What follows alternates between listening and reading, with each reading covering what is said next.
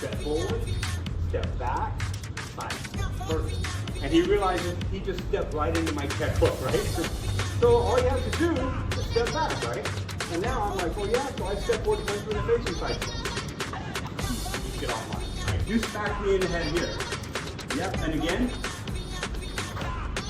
I want to step forward at this point, right? I don't want to stay at that range, right? Punch my hand, boom, punch my hand. If I close that distance, you can't punch anymore, right? Get over here at my leg, slam, yeah, throw you over here at my leg, slam. Yeah, I'm just gonna get inside of that kicking radius. So stepping forward can be very defensive. Because